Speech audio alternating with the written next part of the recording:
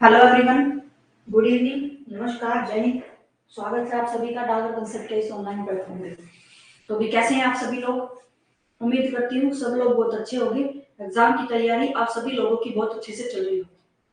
तो भाई एक बार जल्दी से सारे के सारे आ जाइए, अपनी क्लास की स्टार्टिंग करने जा रहे हैं। आज भाई हमने हमारी तीसरी क्लास है, ठीक है। तीसरी की चौथी क्लास है, क्योंकि कल की क्लास में हमारा थोड़ा सा नेटवर्क इश्यू होने के कारण वो क्लास कट गई थी, और कटने के कारण दो हिस्सों में वो क्लास आपको मिली होगी, ठीक है। चलिए, तो आज हम अपने इस टॉपिक को कंप्लीट कर लेंगे। अपनी इस क्लास में अपनी सारी मेटल्स पूरी हो जाएंगी जितनी आपके एग्जाम में आती हैं, और नॉन मेटल्स भी पूरी कर लेंगे, क्योंकि नॉन मेटल्स जो होती हैं, अधातुएं जो आपकी होती हैं, अधातुओं की मोस्टली चीजें तो हम ऑलरेडी गैसेस का जो टॉपिक होता है वहां पे उनके यूजेस में हो जाती हैं। इसीलिए आपको यहाँ पे अधातु में ज्यादा नहीं पढ़ना, मेटल्स में ज्यादा पढ़ना है। अब हमारी तीन चार धातुएं बची हैं, उनके बारे में हम पढ़ेंगे अब सबसे पहले, और फिर अपने टॉपिक को आगे कंटिन्यू करते हैं, पूरा कर लेंगे आज की इस क्लास में, ठीक है। चलिए, तो भाई हमारा टॉपिक है धातु और अधातु, जिसमें से हम पढ़ रहे थे धातुओं के बारे में। अब देखो, अपने समय को खराब ना करते हुए हम सीधा मुद्दे पे आते हैं, अपनी अगली धातु को लेके। मुख्य मुख्य धातुएं हमारी हो चुकी थी। अब कुछ धातुएं हैं जिनके कुछ क्वेश्चन हमसे पूछे जाते हैं, कुछ विशेष उनके क्वेश्चन बनते हैं, ठीक है। अब हम उनके बारे में पढ़ेंगे।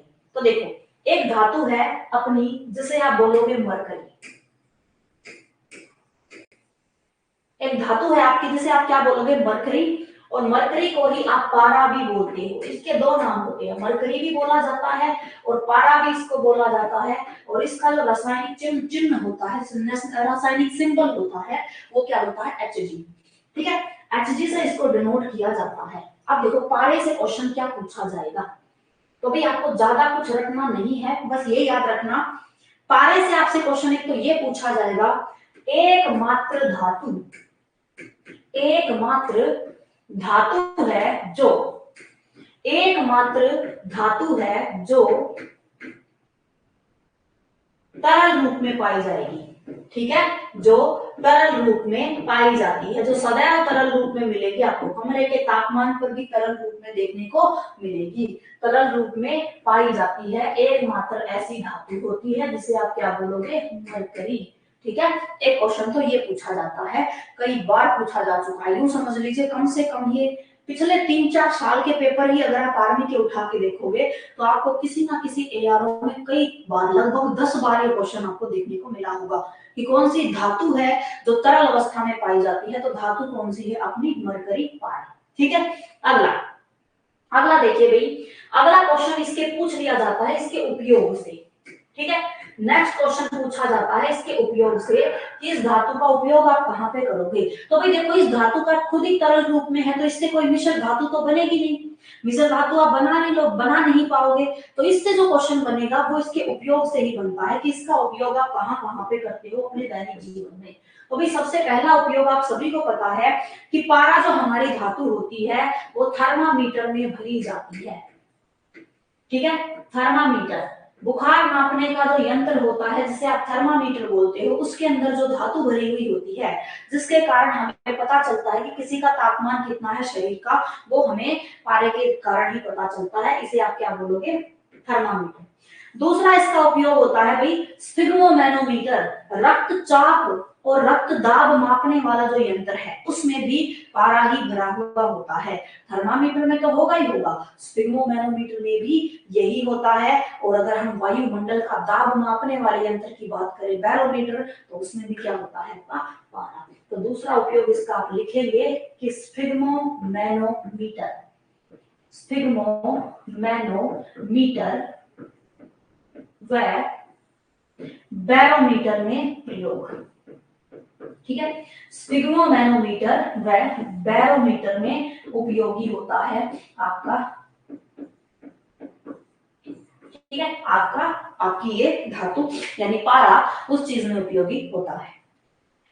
और देखो भाई, और एक इसका उपयोग और होता है कि जो अपनी ट्यूबलाइट्स होती हैं, ट्यूबलाइट्स जो घरों में लगाई जाती हैं, ट्यूबलाइट्स, ठीक है। एक तो सीएफएल होती है जो छोटे आकार की, जो लंबी लंबी होती है, बड़ी बड़ी ट्यूबलाइट्स जिनको बोला जाता है, लाइट्स में मरकरी वेपर भरी जाती है, पारद वाष्प भरी जाती है, ताकि रोशनी दी जा सके। ठीक है, अब उसके अंदर नियोन और आर्गन गैसें तो भरी ही जाती हैं, लेकिन उनके साथ साथ भाप के रूप में पारा भरा जाता है। ठीक है, तो इसका तीसरा उपयोग ये आप लिख लेंगे कि ट्यूबलाइट में मरकरी वाष्प भरी जाती है, मरकरी वाष्प भरी जाती है।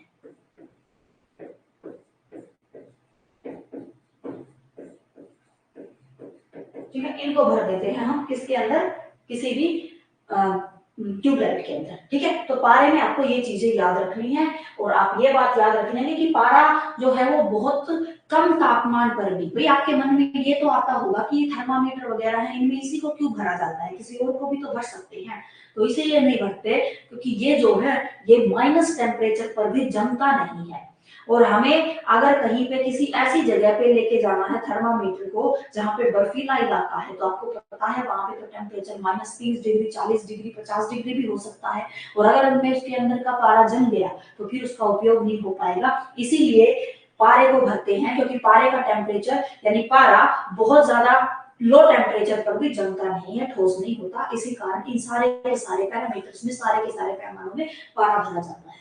तो ये सारे तथ्य आप पारे से याद रखोगे, सारे के सारे। ठीक है, इन्हीं से एग्जाम में क्वेश्चन आपके पूछे जाते हैं। ठीक है, अगला, अब हम अगली धातु की बात करेंगे। भाई अगली धातु हमारी कौन सी है, तो भाई देखो अगली धातु है आपकी, जिसे आप बोलोगे लेड, या फिर आप उसे क्या बोलोगे, सीसा, और इसका रासायनिक सिंबल, रासायनिक चिन्ह होता है पीबी। ठीक है, लेड, सीसा या फिर पीबी।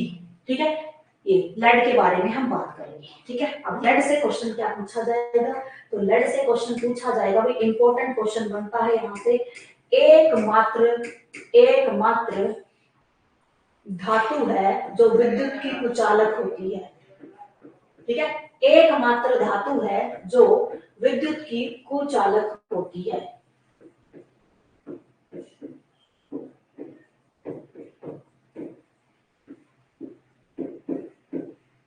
ठीक है, विद्युत की होती है ये कुचालक, विद्युत को अपने में से गुजरने नहीं देती, और ये क्वेश्चन पूछा जा सकता है एग्जाम में आप सभी लोगों से।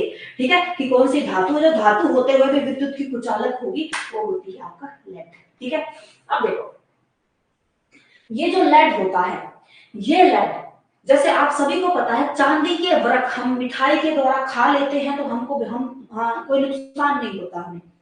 सोने के फॉइल पढ़ा था हमने, सोने का तो कि फॉइल का इस्तेमाल तो दवाई बनाने में भी किया जाता है, और सोने का इस्तेमाल तो यानी कि सोने का इस्तेमाल जहरनाशक दवाई बनाने में भी किया जाता है। इसका मतलब सोना और चांदी ये दो ऐसी धातुएं हैं जो हमारे शरीर में चली भी जाए तो कोई दिक्कत नहीं है। और कॉपर का भी आपको पता है, कॉपर के गुण तो हम कॉपर के गिलास में पानी पीते हैं रात भर, अगर तांबे के बर्तन में पानी रख दो, उस पानी को पीते हो तो हमारे शरीर के लिए हेल्पफुल हो जाता है। तो कुछ धातुएं हमारी ऐसी है जो हमारे शरीर में अगर चली भी जाए तो उनका नुकसान नहीं होता, लेकिन लेड धातु अगर हमारे शरीर में चली जाए तो ये हमें नुकसान कर देती है। इससे हमें क्या होता है, बीमारी कोज करता है, ये बीमारी हो जाती है। तो लेड आपसे आपको ये ध्यान रखना है कि जो लेड होता है ये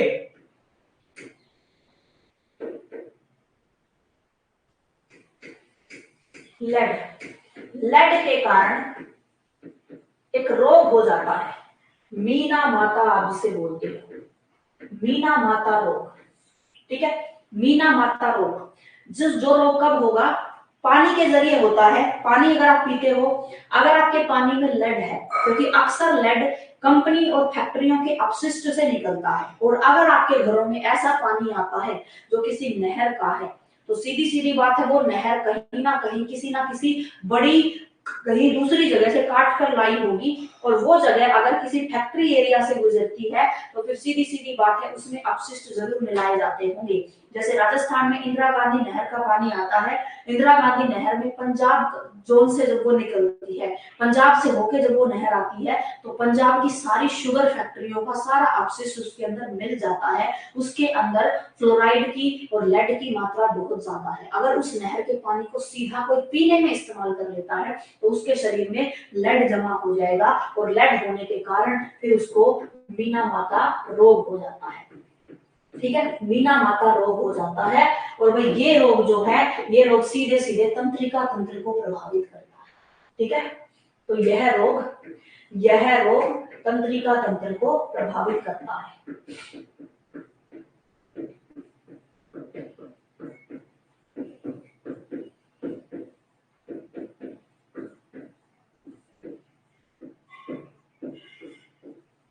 ठीक है, तंत्रिका तंत्र को प्रभावित करता है। ये मीना माता बीमारी के बारे में भी आर्मी पूछ चुकी है कि मीना माता रोग किसकी अधिकता के कारण होता है, तो लेड की अधिकता के कारण।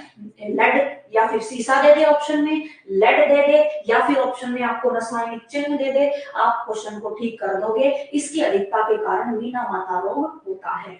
और देखो भाई, अगर मान लो हम पानी ना पिए, कि भाई हम पानी तो हम अपना आरओ का पीते हैं, या फिर हम बारिश का पानी स्टोर करके पीते हैं, नहर बहर का पानी नहीं पीते, तो क्या लेड हमारे शरीर में नहीं जाएगा? और भी कुछ 2-3 ऐसे माध्यम हैं जिसके जरिए लेड आपके शरीर में जा सकता है। भाई आप सभी लोगों ने कभी ना कभी मैगी तो खाई होगी, मैगी। और कुछ ना सही, आप लोगों ने चॉकलेट जरूर खाई होगी, चॉकलेट, मैगी, चॉकलेट। और फीमेल्स जो होती हैं, आप सभी को पता है, वो लगाती हैं लिपस्टिक। तो ये जो चीजें हैं, लेड हो गया, मैगी, चॉकलेट और लिपस्टिक में भी लेड पाया जाता है। ठीक है, इनमें भी लेड होता है। तो अगर किसी आदमी के को पानी के जरिए ना सही, तो इनमें से किसी भी वस्तु के जरिए वो शरीर में जा सकता है, और फिर वही बीमारी करेगा, मीना माता रोग कोज कर देता है, मीना माता रोग हो जाता है। ठीक है, तो यहाँ तक आपको इनके बारे में समझ में आया होगा। लेड वगैरह से क्या क्वेश्चन पूछा जाएगा। ठीक है, अब हम करेंगे अपने तांबे के बारे में। ठीक है, इंपॉर्टेंट धातु है अपनी कॉपर, तांबा। चलिए तांबे के बारे में। तांबा, तांबे से क्या क्वेश्चन पूछे जाते हैं, तांबा। और तांबे को ही आप क्या बोलते हो, कॉपर। और इसका रासायनिक चिन्ह होता है Cu। ठीक है, कॉपर, या फिर आप इसे क्या बोलोगे, Cu से इसको डिनोट किया जाता है। तो देखो कॉपर से आपसे क्या क्वेश्चन पूछे जाएंगे। सबसे पहले तो कॉपर जो होता है, ये जो धातु है, सबसे ज्यादा विद्युत के तार जो बनाए जाते हैं वो कॉपर धातु से ही बनाए जाते हैं। हालांकि विद्युत की सबसे अच्छी सुचालक तो चांदी होती है, पर चांदी महंगी होने के कारण उसका उपयोग विद्युत तारों में नहीं किया जाता। विद्युत तारों में सबसे ज्यादा उपयोग किसका करते हैं हम, कॉपर का। आज के टाइम पे एल्यूमिनियम के तार भी आ चुके हैं, लेकिन एल्यूमिनियम के तार जो होते हैं वो जल्दी जल जाते हैं, कमजोर होते हैं, जल जल्दी जाते हैं, इसीलिए उनका उपयोग तो करते हैं, पर हल्के फुल्के उपकरणों में उपयोग किया जाता है। भारी मशीनों में, भारी उपकरणों में अभी तक तांबे के तारों का ही प्रयोग किया जाता है, क्योंकि तांबा जो होता है वो अपना उसका प्रतिरोध जो होता है, इसका प्रतिरोध जो होता है वो होता है एल्यूमिनियम के मुकाबले थोड़ा सा कम, यानी हीट थोड़ी ज्यादा देगा, और गर्म भी लेट होगा, और गर्म लेट होगा तो फिर जलेगा भी लेट। इसी कारण सबसे पहला तो तांबा जो अपना होता है, इससे आपसे क्या क्वेश्चन पूछे जाएंगे कि विद्युत तारों में सर्वाधिक प्रयोग किया जाता है। ठीक है, विद्युत तारों में सर्वाधिक प्रयोग किया जाता है।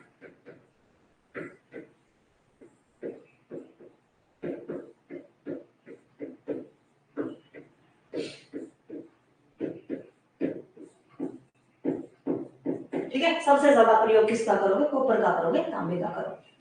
अगला देखोगे, अगला और आपको क्या याद रखना है, तांबा अपनी एक ऐसी धातु है जिसे आप ऐतिहासिक धातु भी कह सकते हो, क्योंकि मनुष्य ने जब सबसे पहले धातुओं का उपयोग करना शुरू किया था, तो सबसे पहले उसके द्वारा तांबा ही उपयोग किया गया था। आप सभी को पता होगा, पाषाण युग, पुरा पाषाण युग, इन सब युगों के बारे में आप सभी लोग पढ़ते हो इतिहास के अंदर, हिस्ट्री के अंदर। तो पाषाण काल जो अपने थे, उन पाषाण कालों में जब मनुष्य ने धातुओं को जानना शुरू किया था, तो सबसे पहले किसको जाना था, उन्होंने तांबे को जाना था। तो सबसे पहले ये लिखेंगे कि तांबा एक ऐतिहासिक धातु होती है।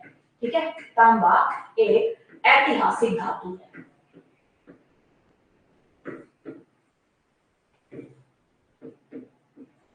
ऐतिहासिक धातु है, मनुष्य द्वारा सबसे पहले इसी का प्रयोग किया गया था।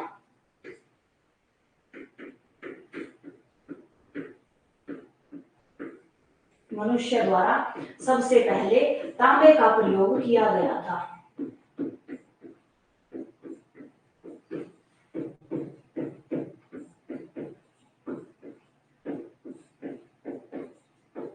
ठीक है, तांबे का प्रयोग किया गया था सबसे पहले।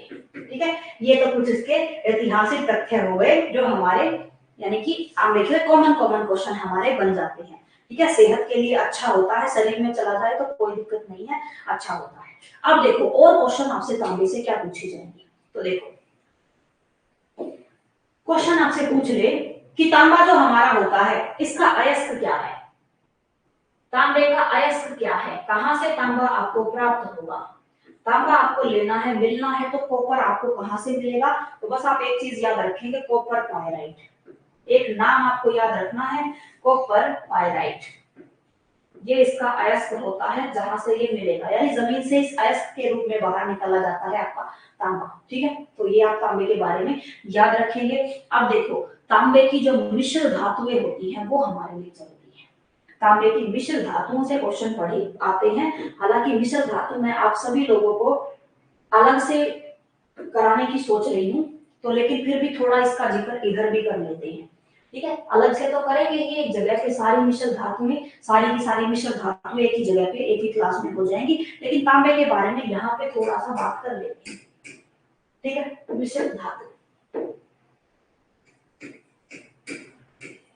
तांबे से कौन कौन सी मिश्र धातु बनती है।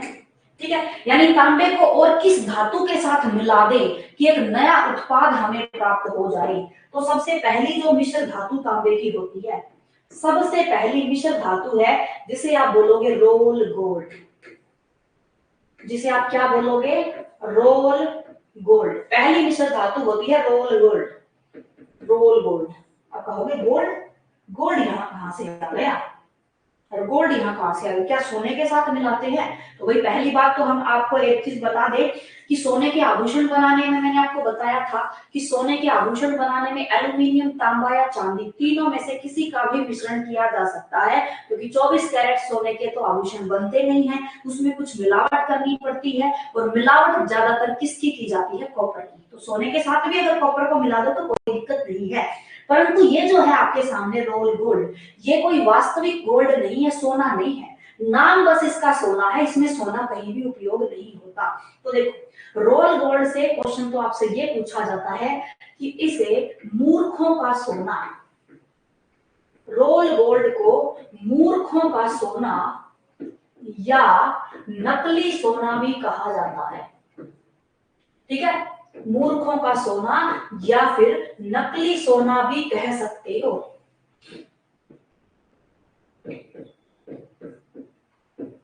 ठीक है, ये भी कहते हैं, क्यों कहते हैं भाई, क्यों कहते हैं, क्यों मूर्खों का सोना कहा गया इसको, इसीलिए अब आप समझ जाओगे इसको बनाने के दौरान, रोल गोल्ड को बनाने के दौरान क्या क्या लगता है, एक तो कॉपर, एक तो कॉपर, यानी कॉपर मिक्स किया जाता है, प्लस कॉपर के साथ मिक्स कर देते हैं एल्यूमिनियम।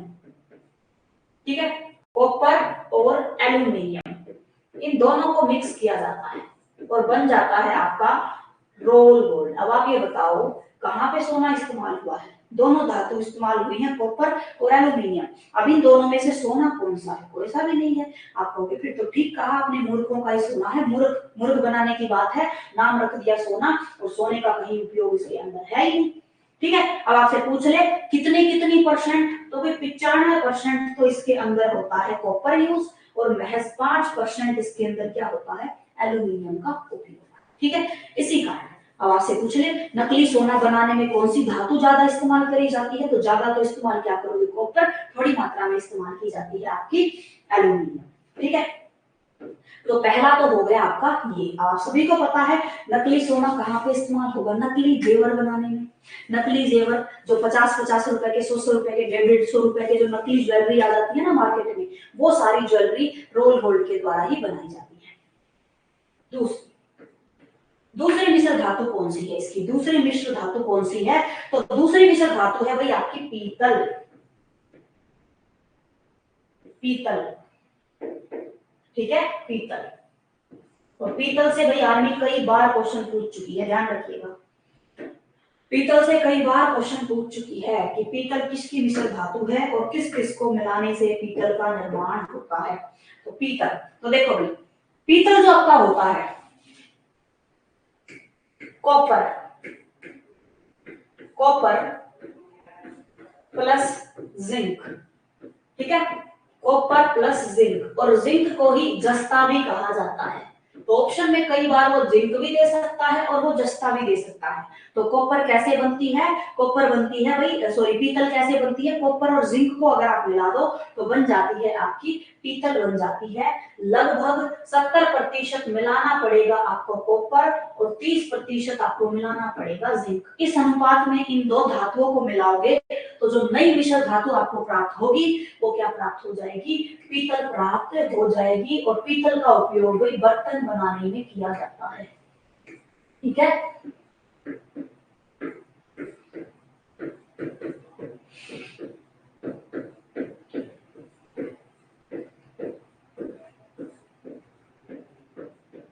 ठीक है, बर्तन बनाने में प्रयोग करते हैं हम किसका, पीतल का, ठीक है।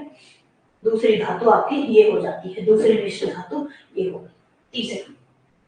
तीसरी होती है भाई आपकी कांसा। तीसरी होगी आपकी मिश्र धातु कांसा, और कांसे को भी ब्रोंज भी कहा जाता है।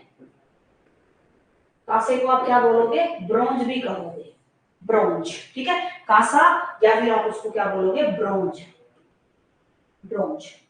अब देखो इसको कैसे बनाओगे, इसमें हम मिक्स करेंगे भाई, आपका कॉपर तो मिक्स करेंगे ही, पर इस अब की बार कॉपर के साथ हम जिंक नहीं मिलाएंगे, अब की बार हम कॉपर के साथ मिलाएंगे भाई आपका टिन, ठीक है, टिन। तो यानी यहां पे कॉपर,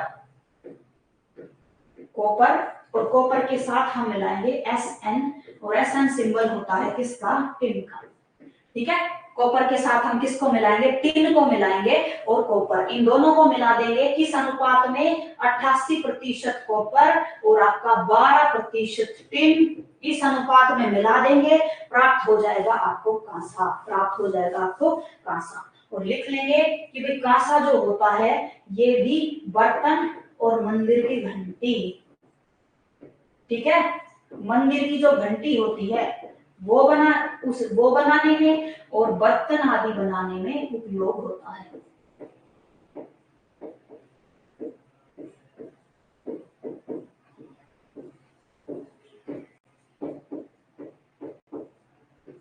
ठीक है, बर्तन बनाने में उपयोगी है, ये आपको इसकी याद रखनी है, ठीक है। चलो और एक लिख लेना, एक और लिखना है इसकी चौथा एक और इसका होता है मिश्र धातु, जिसे आप बोलोगे जर्मन सिल्वर, जर्मन सिल्वर, ठीक है, जर्मन सिल्वर। अब देखो जर्मन सिल्वर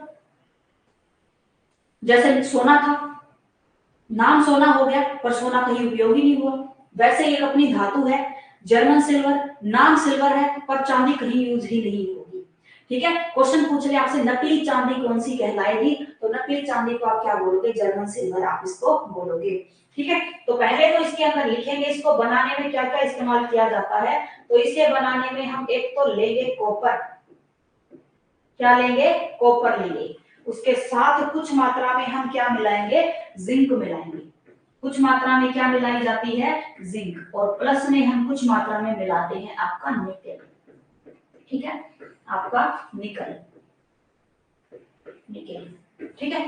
तो कॉपर, जिंक और निकल, ये तीन चीजें मिला दी जाती हैं, और इन तीन चीजों के मिलने से जो आपका मिश्रण बनता है, हेलो भाई अजीत जी बहुत बहुत प्रणाम, ठीक है। इनसे क्या बनती है आपकी जर्मन सिल्वर।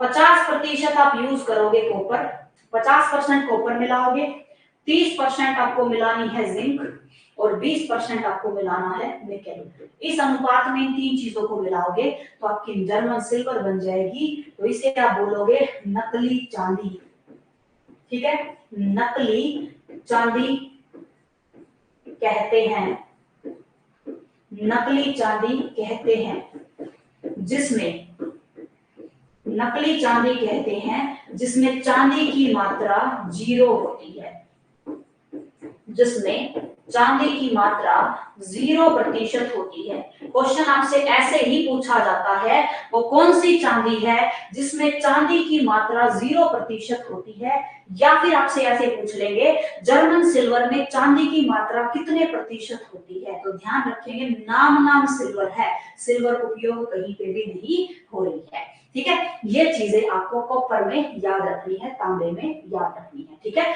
ध्यान रख लीजिएगा, तांबे के इन्हीं मिश्र धातुओं से बार बार क्वेश्चन आते रहे हैं आपके एग्जाम में। अगला लिखेंगे आप जिंक के बारे में। ठीक है, दो तीन धातुएं और बची हैं आपकी बस, एक तो जिंक करेंगे, एक हम यूरेनियम करेंगे, एक हम थोरियम करेंगे बस।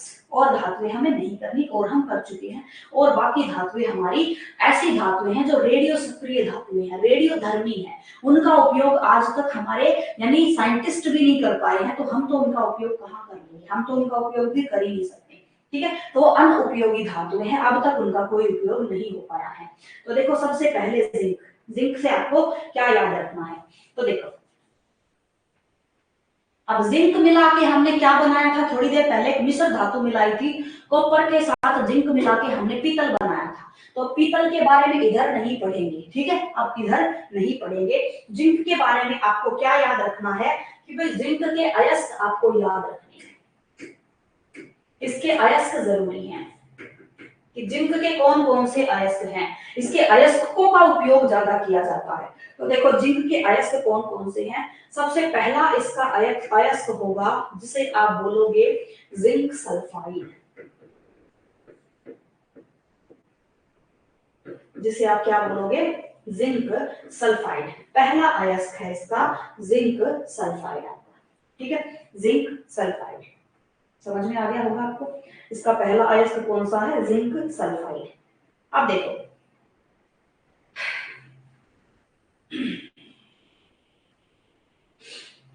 इस अयस्क का उपयोग, जो जिंक सल्फाइड है, कुछ हद तक ये जो है वो उपयोगी उतना नहीं है, यानी इसका उपयोग ज्यादा नहीं करता। अयस्क तो है, नाम तो याद रख लेना जिंक सल्फाइड, लेकिन इसका उपयोग आज तक कोई खास कर नहीं पाया। जिंक सल्फाइड का कोई उपयोग हमारे वैज्ञानिकों के द्वारा कोई खास क्षेत्र में नहीं किया गया है। तो इसका बस नाम याद रखना है। आपसे क्वेश्चन में आ जाए ZnS क्या है, तो आपको पता होना चाहिए कि ZnS यानी जिंक सल्फाइड ये अपना एक अयस्क है, जो जिंक का अयस्क है, यानी बस इसको जमीन से निकाला और निकालने के बाद शुद्धिकरण के बाद इसमें से जिंक को अलग कर दिया, जिंक अलग हो गया, सल्फर अलग हो गया, बस उपयोग फिर इसका कहीं पे रहा नहीं। ठीक है, अब देखो नेक्स्ट होता है इसका जिंक कार्बोनेट, जिंक कार्बोनेट। ठीक है, जिंक कार्बोनेट ये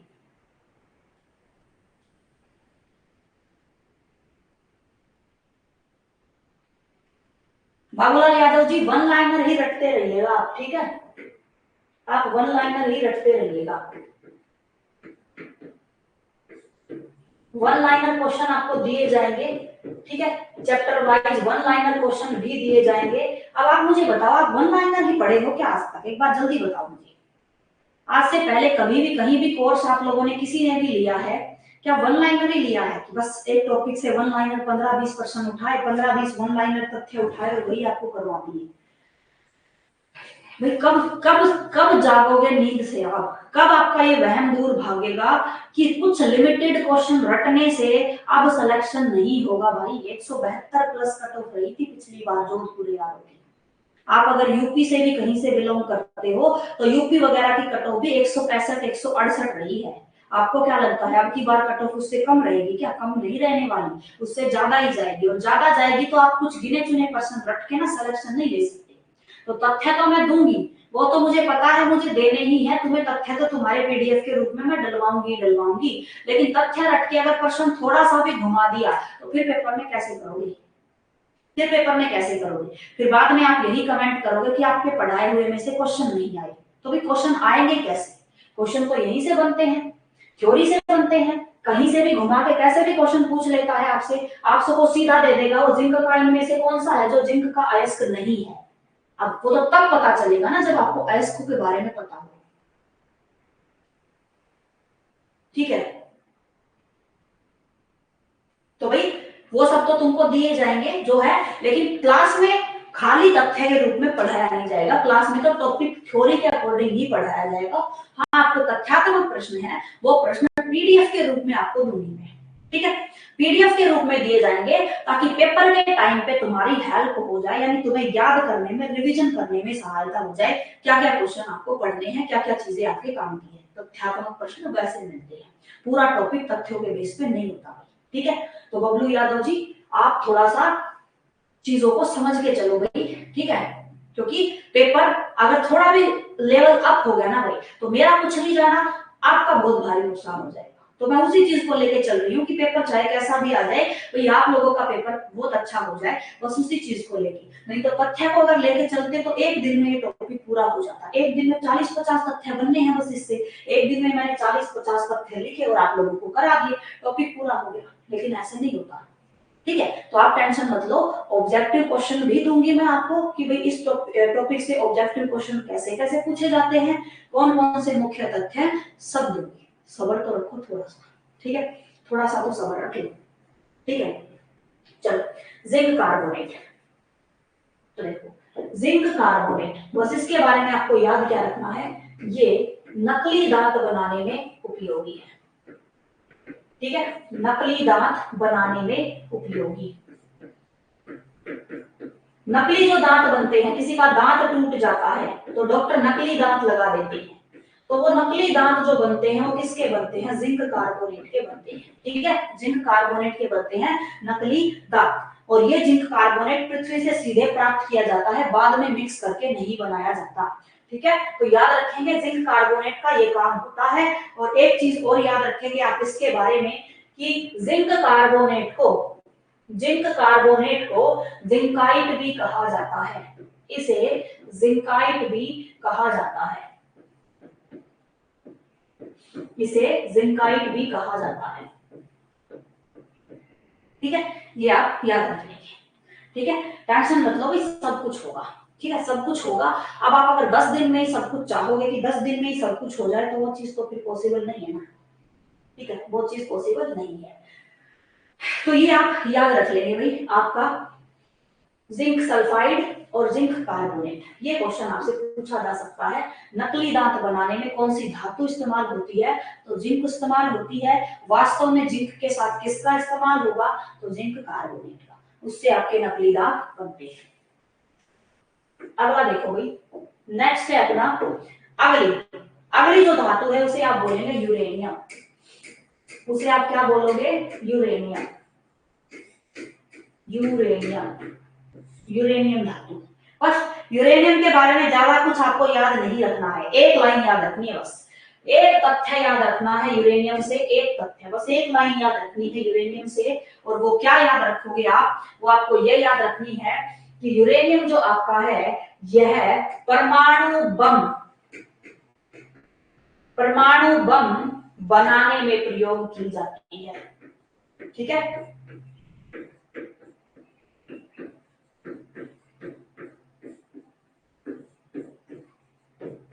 परमाणु बम बनाने में प्रयोग की जाती है आपकी यूरेनियम धातु, ठीक है। यूरेनियम धातु का इस्तेमाल किया जाता है परमाणु बम बनाने में, और ये होती है एक रेडियो सक्रिय धातु,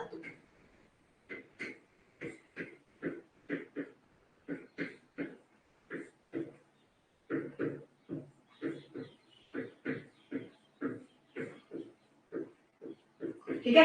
ये रेडियो सक्रिय धातु होती है, ठीक है, बस इतना याद रखना। और यूरेनियम में कुछ याद नहीं रखना, एक तथ्य ये याद रखना है कि भाई परमाणु बम बनाती है, दूसरा इसको जलाओगे तो इसमें से हानिकारक किरणें निकलती हैं, इसी कारण इसको बोल दिया जाता है रेडियो सक्रिय धातु। अगला देखो, नेक्स्ट है आपकी थोरियम, अगली आपकी धातु है थोरियम,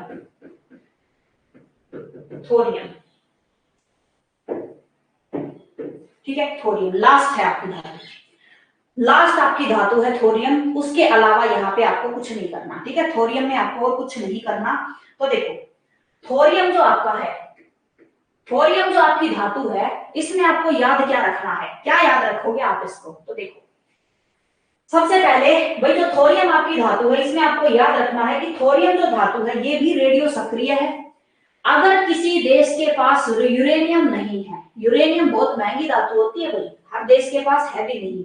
अगर किसी देश के पास यूरेनियम धातु नहीं है तो वो बम बनाने के दौरान फिर किस धातु का उपयोग करेगा, वो उपयोग करेगा थोरियम का। ठीक है, तो याद रखेंगे कि यह जो धातु है, यह धातु भी रेडियोधर्मी धातु होती है। ठीक है, रेडियोधर्मी धातु होती है आपकी थोरियम। और एक क्वेश्चन और पूछेंगे, भारत में भरपूर मात्रा में थोरियम पाया जाता है। भारत में थोरियम के बहुत बड़े भंडार हैं। ठीक है, थोरियम के भरपूर भंडार हैं।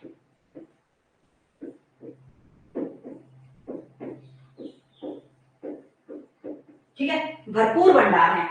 भारत में थोरियम बहुत बड़े लेवल पे पाया जाता है, बहुत बड़ी मात्रा में पाया जाता है। इसी कारण यानी थोरियम के बहुत बड़े बड़े भंडार हैं।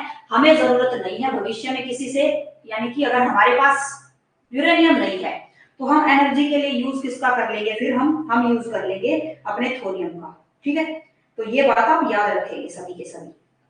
ठीक है, चलिए, तो ये जो धातुएं थी अपनी, ये अपनी धातु और उनके उपयोग हैं। ठीक है,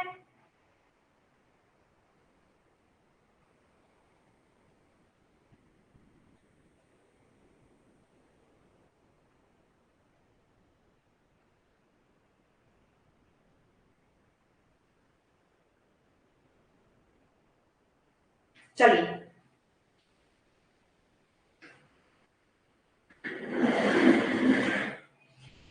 चलो, खोजकर्ता किसके खोजकर्ता पूछ रहे हैं, बबलू जी? यूरेनियम के, यूरेनियम के खोजकर्ता पूछ रहे हैं क्या, या फिर सभी के, सभी धातुओं के खोजकर्ता पूछ रहे हो कि यूरेनियम के पूछ रहे हो, किसके पूछ रहे हो, एक बार वो बताओ। क्योंकि खोजकर्ता नॉन मेटल जो आपकी होती है ना, अधातुएं होती हैं, और उन अधातुओं में भी परमाणु के खोजकर्ता। भाई परमाणु की खोज, अच्छा बिहार हो गई, परमाणु की खोज, चलो कोई बात नहीं। देखो भाई, परमाणु की खोज जो है आपका, परमाणु जो शब्द है, अगर हम बात करें कि भाई सबसे पहले परमाणु के बारे में हमें किसने बताया था कि परमाणु जो अपना है क्या कुछ होता है, तो भाई परमाणु से 2-3 क्वेश्चन आपके बनते हैं। देखो, पेपर में अगर आपका क्वेश्चन आ जाए कि सबसे पहले पृथ्वी पर कोई भी चीज छोटी छोटी चीजों से बनी है, ये बात हमें किसने बताई थी, क्योंकि छोटी चीज परमाणु क्या है, छोटी चीज है। क्वेश्चन समझना भाई ध्यान से, क्वेश्चन आपसे कैसे पूछा जाएगा।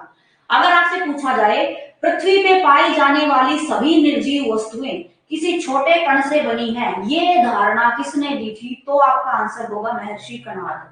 क्या आंसर होगा आपका, महर्षि कणाद। ठीक है, महर्षि कणाद।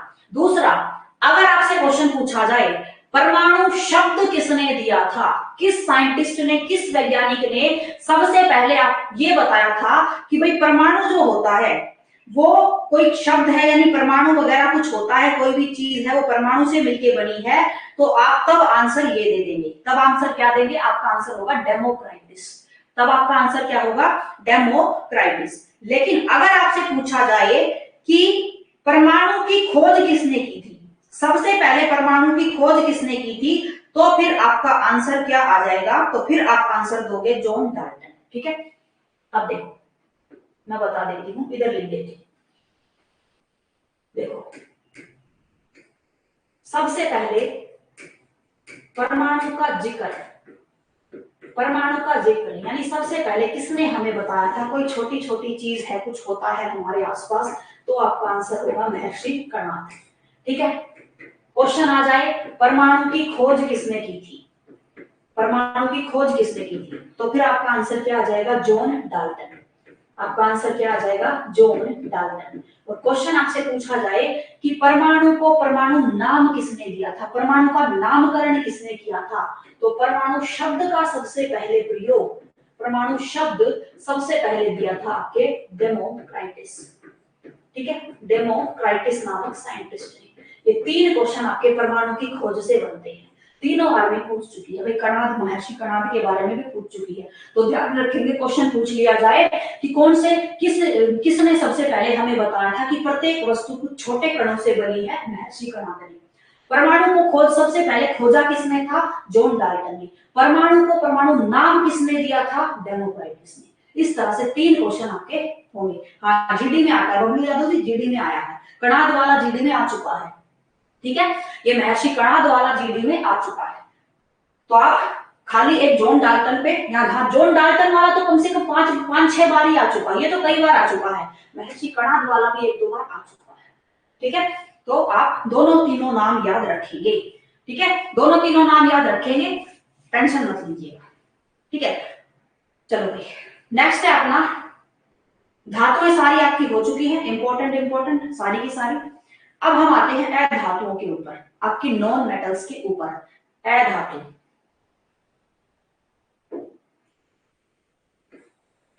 अधातु, ठीक है, अधातुएं क्या क्या होंगी आपकी। और भाई सीधी बात है, आप सभी लोगों को मैं बता दूं तो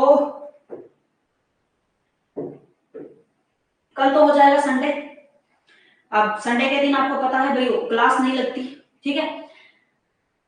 मंडे को की शाम को, यानी मंडे की शाम जब होगी, शाम के टाइम पे इस टॉपिक के धातु अधातु के और आपको कुछ और टॉपिक्स के जो अब तक हुए हैं, तथ्यात्मक प्रश्न, वन लाइनर प्रश्न पीडीएफ के रूप में मिल जाएंगे, ठीक है, ठीक है।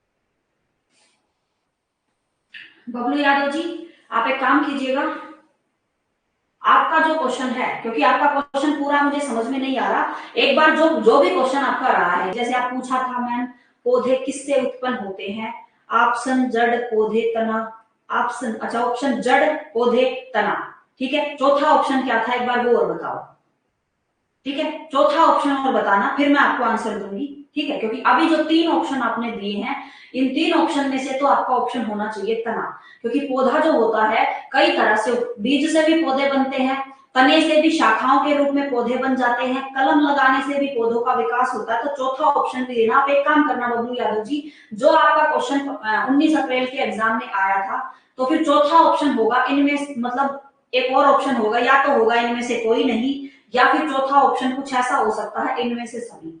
फिलहाल जो 3 ऑप्शन आपके हैं भाई, जड़, खाली जड़ से पौधे का विकास कभी नहीं होता, जड़ बाद में बनती है। पौधा, और पौधा तो खुद में अपने आप में क्या है, एक खुद में प्लांट बन चुका है, तो वो दूसरे पौधे को जन्म कैसे देगा? वो दूसरे पौधे को जन्म तभी तो दे सकता है ना, या तो उसका कोई बीज कहीं पे गिरे, ठीक है, या तो बीज कहीं पे गिरे। कोई नहीं था ऑप्शन में, कोई नहीं था, तो फिर आपका, फिर ऑप्शन आपका कोई नहीं। चौथा, अगर चौथा ऑप्शन ये था ना कि इनमें से कोई नहीं, फिर आपका ऑप्शन होता इनमें से कोई नहीं, ठीक है। फिर आप बोलते हैं इनमें से कोई नहीं, क्योंकि पौधे या तो बीज से पैदा होते हैं, ठीक है, या तो बीज से पैदा होते हैं, या फिर कुछ पौधे सीधे पत्तों से भी पैदा हो जाते हैं। अगर एक पेड़ का पत्ता गिर गया, उसी पत्ते से नया पेड़ पैदा हो जाता है। एक पौधा होता है अपना पत्थर चटका पौधा, या फिर उसे बोगनविला भी बोला जाता है, पत्ते से ही नया पौधा। और एक होता है टहनी, टहनी, किसी पेड़ की टहनी काट के जमीन में गाड़ दो, वही टहनी नया पौधा पैदा कर देती है, नया पौधा पैदा कर लेती है, ठीक है। तो बीज से पैदा होते हैं, पत्तों से पैदा होते हैं, टहनी से नया पेड़ पैदा हो जाता है, लेकिन तने में से ही, तने में से शाखाएं निकल जाएंगी, दूसरा पौधा नहीं निकलता, ठीक है। फिर आपका आंसर इनमें से कोई नहीं होगा, अगर यही ऑप्शन था तो चौथा, ठीक है। बाकी अगर कोई डाउट आप लोगों का होता है तो आप एक काम किया करो, चैट सेक्शन में ना, आप चैट सेक्शन में फोटो क्लिक करके डाउट भी डाले जा सकते हैं, उसमें ऑडियो भी रिकॉर्ड करके आप डाल सकते हो। दोनों ऑप्शन होते हैं चैट सेक्शन में, आप कभी करो, चैट करो ना ऐप के ऊपर, तो देखना वहां पे आप मैसेज भी कर सकते हो, उसके साथ साथ कोई क्वेश्चन है उसका फोटो क्लिक करके भी भेज सकते हो, और ऑडियो में भी कोई क्वेश्चन रिकॉर्ड करना है तो वो भी रिकॉर्ड करके भेज सकते हो। दोनों चीजें, तीनों चीजें हो सकती है, ठीक है। आपको जैसे सुटेबल लगे आप कर लीजिएगा, ठीक है। चलिए, तो भाई अब टाइम खराब नहीं करते हैं अपना अधातु। अच्छा एक बात जल्दी से कमेंट करना, आप में से जितने भी बच्चे हो, फिजिक्स की क्लास देखते हो क्या? फिजिक्स की क्लास में लाइव टॉपिक चल रहा है, प्रकाश टॉपिक की फिजिक्स की क्लासेस देख, तो पता तो है ना कि भाई डल रही है, 2 दिन से 2 क्लासेस नहीं हो रही, नहीं हो चुकी है आपकी 2 क्लासेस। एक बार बबलू यादव जी जल्दी बताओ, देखते हो फिजिक्स की क्लास?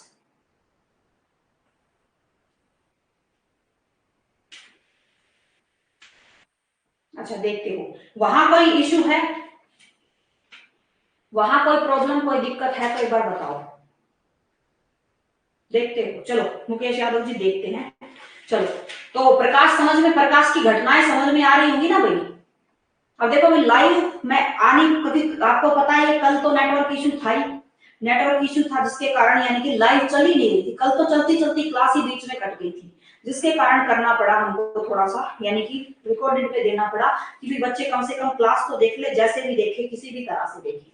ठीक है चलो, तो अब आते हैं भाई अधातुओं के ऊपर। अब बात वो नहीं करते हैं, टाइम खराब, हालांकि पौन घंटे की क्लास हो चुकी है, पौने घंटे की क्लास हो चुकी है। चलो एक दो अधातु कर लेते हैं अपने अधातुओं के बारे में। ठीक है तो देखो सबसे पहले पहली अधातु, पहली जिन्हें आप बोलेंगे नोबल गैसें, आपकी नोबल गैसें, जितनी भी आपकी नोबल गैस हैं वो सारी की सारी किसकी श्रेणी में आएंगी?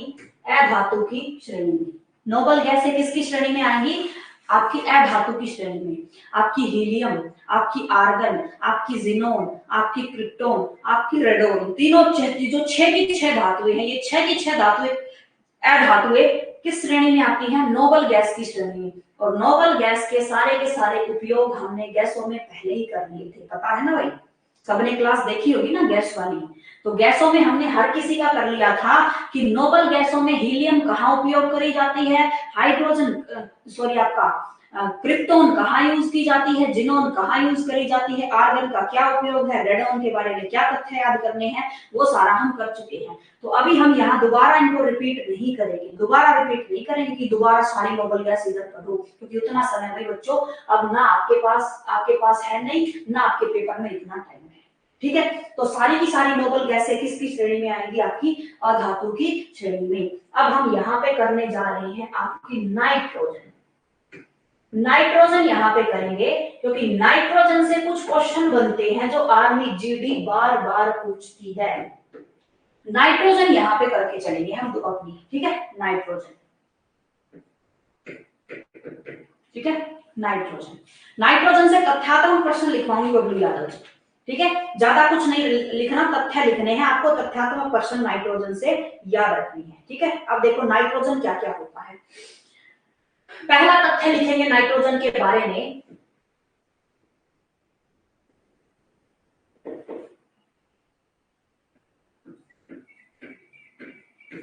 पृथ्वी के वातावरण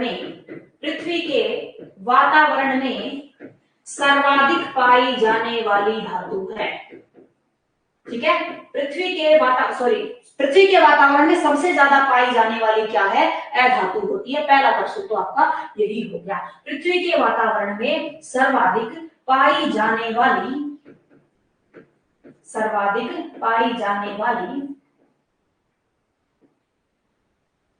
अधातु है। ठीक है सर्वाधिक पाई जाने वाली अधातु होती है। ठीक है दूसरा तथ्य आपको क्या याद रखना है, नाइट्रोजन जो आपकी होती है इसका उपयोग कहां पे करोगे? तो भाई नाइट्रोजन जो आपकी होती है चिप्स के पैकेट में भरी जाती है, चिप्स के पैकेट में भरते हैं। अब ये बताओ ये क्वेश्चन आर्मी में पूछा जा चुका है कि नहीं? कई बार पूछ चुके हैं ना, चिप्स के पैकेट में भरते हैं।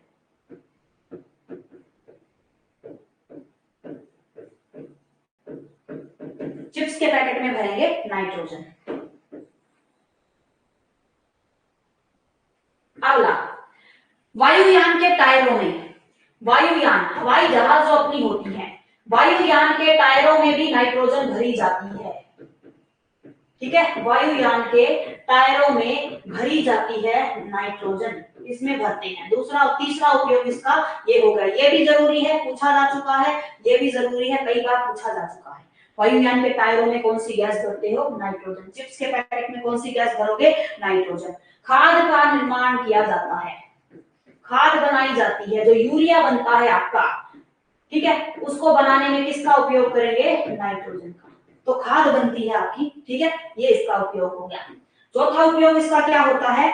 तो भाई आपके भोजन सामग्री को लंबे समय तक खराब होने से बचाना है, तो फिर उसके लिए कौन सी गैस भरोगे आप? नाइट्रोजन का। ठीक है तो भोजन को लंबे समय तक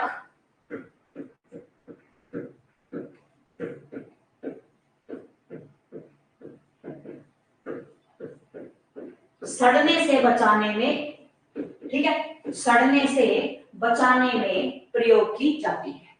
ठीक है,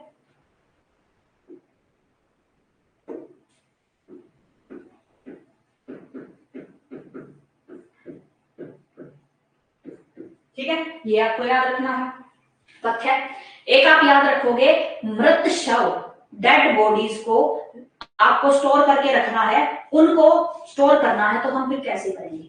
ठीक है, पोस्टमार्टम के बाद, जैसे मान लो किसी की देह, किसी की बॉडी का पोस्टमार्टम हो गया, अब उसको, जैसे मान लो कोई फौजी है, वो बॉर्डर पे शहीद हो गया, अब शहीद वो बॉर्डर पे हुआ है जम्मू कश्मीर में, उसका गांव है मान लो यूपी में, अब जम्मू कश्मीर में गांव से, वहां से उसको यूपी में लाया जाएगा तो 2-3 दिन तो लग ही जाते हैं, तो उन 2-3 दिन तक वो बॉडी सड़े ना, उसके लिए उसको एक डब्बे में बंद करके, एक चैम्बर में बंद करके रखा जाता है, और उस चैम्बर में नाइट्रोजन गैस भरी जाती है। तो ये जो गैस होती है, ये गैस क्या करेगी, शरीर के अंगों, शरीर के अंगों व मृत शरीर को, मृत शव को सड़ने से बचाती है। ठीक है, सड़ने से बचाती है।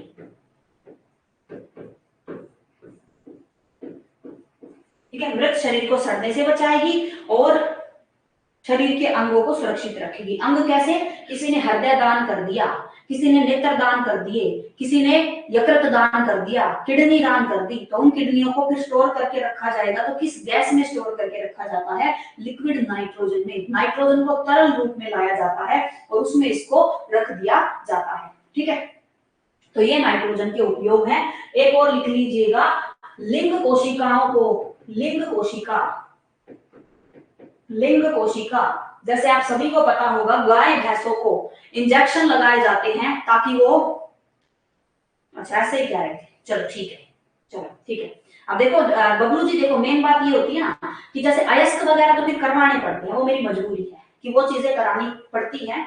तो ये जो गैसें हैं ना अपनी अधातु, इसमें से ऐसे तथ्यात्मक प्रश्न बनते हैं, वो मैंने पहले ही बता दिया था कि अधातु में बनेंगे ऐसे प्रश्न। ठीक है, चलो, तो लिंग कोशिका, लिंग कोशिका होती है भाई, जैसे कि मान लो शुक्राणु, आप सभी को पता ना, गाय भैंसों को इंजेक्शन लगाते हैं डॉक्टर कि वो, यानी कि आगे चल के अपने बछड़े को जन्म दे।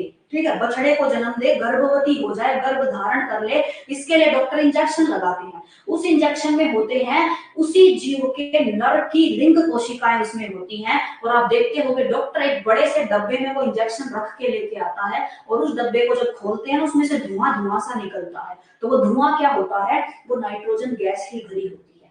ठीक है, तो लिंग कोशिकाओं को इसी गैस में संचित किया जाता है।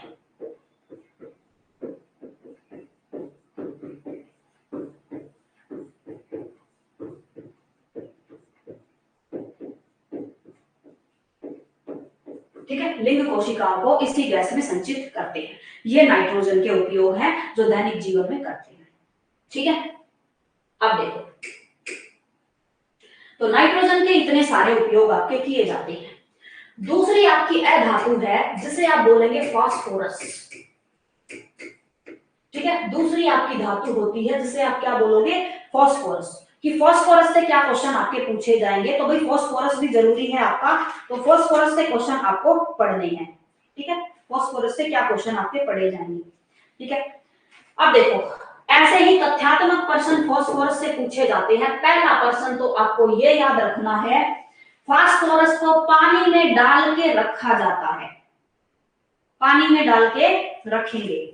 जैसे सोडियम पानी में डालते थे तो ब्लास्ट कर देती थी, पर पोटेशियम, ये आपका फास्फोरस जो होता है, इसको जानबूझ के पानी में रखा जाता है ताकि पानी में अगर हम इसको रख देंगे तो फिर ये दहन नहीं करेगी।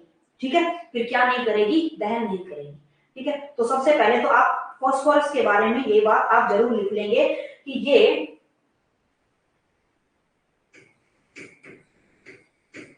पानी में डालकर रखी जाती है, पानी में डालकर संचित की जाती है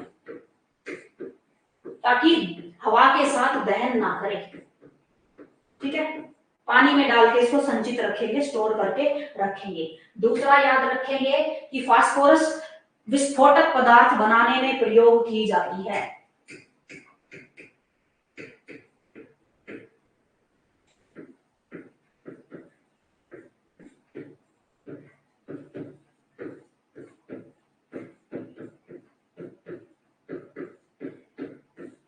ठीक है, विस्फोटक पदार्थ, कारतूस वगैरह ये सब बनाने में, विस्फोटक जो ब्लास्ट करे, धमाका करे, उसको बनाने में किसका उपयोग करते हो?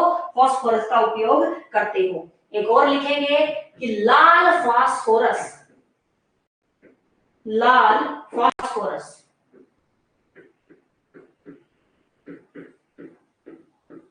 लाल फास्फोरस का प्रयोग माचिस की तीली बनाने में किया जाता है। ठीक है, लाल फास्फोरस का प्रयोग माचिस की तीली बनाने में करते हैं।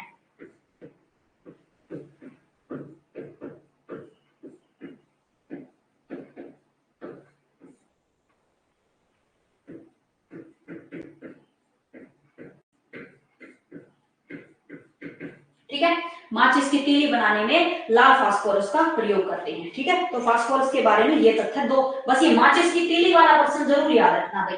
ये क्वेश्चन कई बार पूछ चुके हैं आर्मी वाले कि भाई माचिस की तीली बनाने में आप किसका प्रयोग करते हो? तो तीली बनाने में हम किसका उपयोग करते हैं? फास्फोरस का उपयोग करते हैं। ठीक है, उसके बाद देखो, उसके बाद आपको याद रखना है, एक आपको क्लोरीन के बारे में याद रखना है। ठीक है, क्लोरीन, ऑक्सीजन हम कर चुके हैं, हाइड्रोजन हम कर चुके हैं, हीलियम हम कर चुके हैं, कार्बन डाइऑक्साइड, कार्बन मोनोऑक्साइड, ये सारी की सारी अधातुएं हैं जिनके बारे में हम कर चुके हैं। तो अब हम दोबारा नहीं करेंगे, अब हम यहाँ पे करेंगे क्लोरीन के बारे में। क्लोरीन, ठीक है, क्लोरीन आपकी अधातु होती है क्लोरीन, और क्लोरीन से क्वेश्चन क्या पूछा जाएगा कि ये जो होती है आपकी, इसमें से आती है गंदी सी बदबू, बदबूदार गैस होती है ये आपकी। ठीक है, बदबूदार, तो लिखेंगे यह बदबूदार,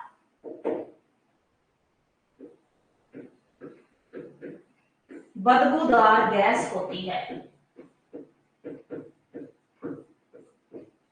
ठीक है, बदबूदार गैस होती है, फूलों का रंग उड़ा देती है।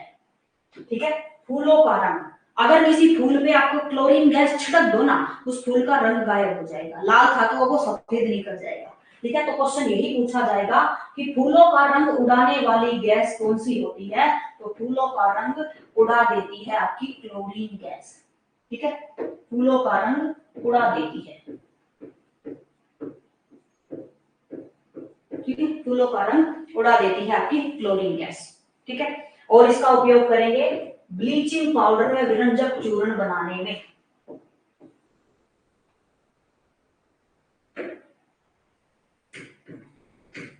ब्लीचिंग पाउडर व विरंजक चूर्ण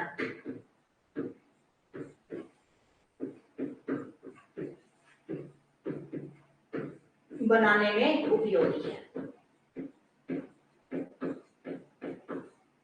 विरंजक चूर्ण और ब्लीचिंग पाउडर बनाने में उपयोगी होती है आपकी क्लोरीन गैस। ठीक है, बस इतना याद रख लेंगे, और कुछ याद आपको इसमें नहीं रखना, और कोई याद नहीं रखना, बस ये दो तीन ही तथ्य है, दो तीन तथ्य याद रखने। ब्लीचिंग पाउडर बनाने में कौन सी गैस यूज करोगे, विरंजक चूर्ण बनाने में कौन सी गैस यूज की जाती है, फूलों का रंग उड़ा देने वाली गैस को आप क्या कहोगे? क्लोरीन गैस कहोगे। ठीक है, ये आपको याद रखना है।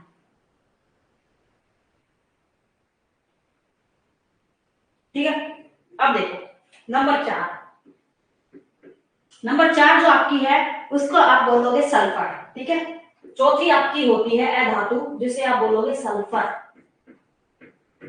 सल्फर, सल्फर, सल्फर जो आपकी होती है भाई अधातु, सल्फर की अधातु से आपको प्रश्न क्या याद रखना है? इससे सबसे पहले तो आप ये याद रखोगे कि जितने भी आपके ब्यूटी पार्लर होते हैं, सौंदर्य प्रसाधन से संबंधित जितनी भी दुकानें हैं, जैसे लड़के तो जाते हैं सैलून में, लड़कियां जाएंगी ब्यूटी पार्लर में, तो ब्यूटी पार्लर में सल्फर वगैरह का इस्तेमाल किया जाता है ब्यूटी प्रोडक्ट बनाने में, सुंदरता सौंदर्य प्रसाधन सामग्रियां बनाने में इसका उपयोग किया जाता है। प्रसाधन सामग्री, सौंदर्य सामग्री, ठीक है, प्रसाधन सामग्री बनाते हैं, बनाई जाती है। ठीक है, प्रसाधन सामग्री बनाई जाती है आपकी सल्फर से। इसका उपयोग त्वचा संबंधी दवाई, चमड़े पे, आपकी स्किन पे,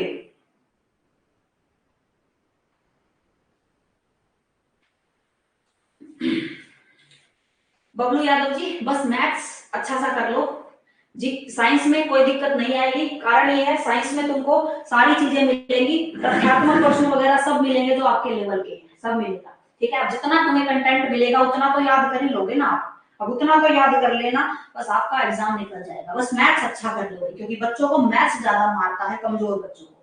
ठीक है, तो आप याद रखेंगे कि भाई सल्फर जो आपका होता है, इसका उपयोग कहाँ पे करोगे?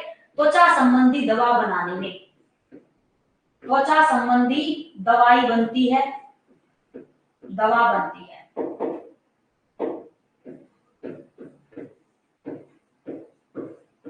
त्वचा संबंधी दवा बनती है आपके सल्फर से, और इसी का उपयोग करेंगे आप एक और काम पे, पानी को शुद्ध करने में, पानी के कीटाणु मारने में भी उपयोग किया जाता है।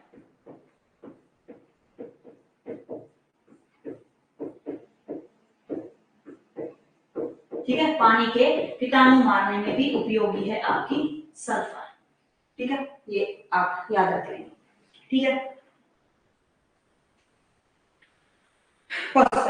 इतनी ही आपको अधातुएं याद रखनी है, क्योंकि मोस्टली अधातुएं हम कर चुके हैं गैसों के रूप में, गैसों के मिश्रण के दौरान। ठीक है, ये आप याद रख लेंगे। और ब्रोमीन, ब्रोमीन अधातु के बारे में हमने शुरू में ही बात की थी कि एकमात्र ऐसी अधातु है जो कमरे के तापमान पर किस रूप में पाई जाती है, यानी कि जो तरल रूप में पाई जाएगी, एकमात्र ऐसी अधातु है, और कोई अधातु आपकी ऐसी नहीं होती। ठीक है, तो ये आप कर चुके होंगे, ये आपको चीजें समझ में आ गई होंगी। इसके तथ्यात्मक प्रश्न, इसके तथ्य, महत्वपूर्ण तथ्य है। ठीक है, कौन सी सबसे हल्की गैस है, कौन सी सबसे भारी गैस है, कौन सी सबसे ज्यादा मात्रा में पाई जाती है, ये मैं आप अपने यानी कि पीडीएफ फॉर्म में उधर डलवा दूंगी, आप जरूर देख लीजिएगा उस चीज को, और फिर उसको याद कर लीजिएगा। थ्योरी आप इधर से पढ़ेंगे, तथ्यात्मक प्रश्न आप याद कर लेंगे पीडीएफ की फॉर्म में। ठीक है, क्योंकि यहाँ पे भी अगर मैं लिखवाऊंगी तो भी फिर आपको हाथ से अपनी कॉपी में तो लिखना ही पड़ेगा, उससे बेहतर है मैं पीडीएफ आपको दे दूं, कम समय में लिख लोगे, या फिर आप प्रिंट आउट निकलवा लोगे, जैसा आपको सही लगेगा वैसे कर लोगे। ठीक है, तो यहाँ तक धातु अधातु टॉपिक के बारे में हम सारे मुख्य तथ्य कर चुके हैं। ठीक है, मिश्र धातु और तथ्यात्मक प्रश्न आपको पीडीएफ के रूप में मिल जाएंगे, और उम्मीद करती हूँ कि ये टॉपिक से आपका क्वेश्चन बाहर नहीं जाएगा, टेंशन मत लो। एक बार थोड़ा सिलेबस, क्योंकि केमिस्ट्री के 2-3 टॉपिक बचे हैं मुख्य मुख्य, वो होने के बाद फिर हम केमिस्ट्री के ऑब्जेक्टिव क्वेश्चन की तैयारी करेंगे, प्रैक्टिस करेंगे, तो आप सभी लोगों को आराम से आ जाएगा समझ में कैसे क्वेश्चन आपसे पूछे जाते हैं। ठीक है, तो फिर मिलते हैं आपसे अपनी अगली क्लास में, तब तक के लिए जय हिंद, जय भारत, धन्यवाद सभी।